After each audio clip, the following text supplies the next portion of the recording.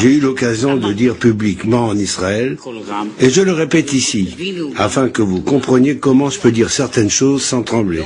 À savoir qu'il y a plus de 2000 ans, nous avions un État et nous l'avons perdu.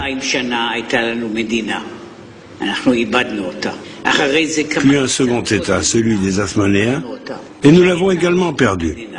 Et voilà la troisième fois. Tant que nous existons, il peut se faire que nous perdions une fois encore un État. Alors il y aura un quatrième, un cinquième, un sixième État. Nous survivrons. Si nous réfléchissons à l'histoire des peuples, nous voyons bien que l'histoire de leur vie ou de leur disparition est une constante. Qu'est-ce qui reste des Gaulois en France? S'il reste encore quelques descendants de Gaulois, ce sont les Juifs. Historiquement, ça peut être tout à fait vrai.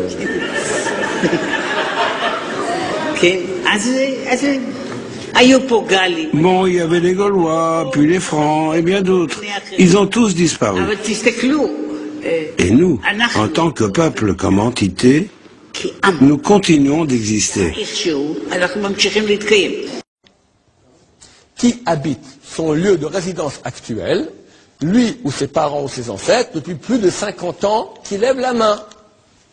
Personne. Moi, je fais des conférences dans tous les pays du monde. Quand j'ai un public juif devant moi, sur 100 personnes, tu as maximum 5% qui lèvent la main. Pour 50 ans. Les chiffres disent la chose suivante.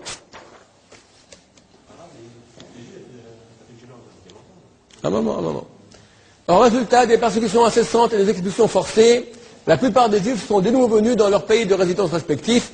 90% des juifs n'y sont que depuis un siècle ou moins. Si tu prends tous les juifs du monde entier, dans tous les cas de figure, dans tout, etc., tu auras 10% qui datent depuis plus d'un siècle. Avec le public francophone, 50 ans, d'habitude, tu arrives à beaucoup moins de 10%. Mais tu prends tous les juifs dans le monde entier, tu verras que c'est que 10% qui ont plus d'un siècle. Si j'ai maintenant devant moi un public anglais, allemand, russe ou français, non juif, combien de mains se lèvent? La majorité, la grosse majorité. Les gens habitent leur pays, eux leurs ancêtres, depuis très longtemps. Nous, on est toujours nouveaux venus. Tu me dis les Nord-Africains. Mais c'est pas si simple, Nord-Africains. Moi, ma femme, elle est marocaine. Mais ils étaient à Amsterdam, après ils étaient en Espagne, ils sont redescendus, l'Almohade, les machins, ils sont venus. Ils ont bougé, les Juifs. Regardez ici une carte historique qui nous montre comment, entre l'an 1000 et l'an 1500, expulsion. Chaque tache noire, c'est une expulsion forcée. Tu en as 15. Entre l'an 1500, tu as 15 expulsions forcées. En moyenne, tous les 33 ans, tu as un ange qui vient, coup de pied aux fesses, tac, tu dégages. Pardon? En Espagne, bien sûr. 1492. Portugal, Provence, Hongrie, etc., etc. Je ne vais pas tout vous lire. Hein? Alors, il y a une période où on était. Tu restes, tu as toujours un âge d'or, comme tu dis. Dans chaque pays, tu avais un âge d'or. Puis un beau jour, pic, tu dégages. Regardez-vous. Regardez vos ancêtres. Regardez vos parents. Regardez une carte. C'est pas été inventé.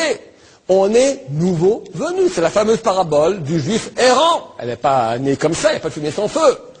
On erre d'un pays à l'autre. Chacun de vous, moi je fais ma généalogie, j'ai fait au moins 20 pays en 1000 ans. Au moins 20 pays. Vous aussi.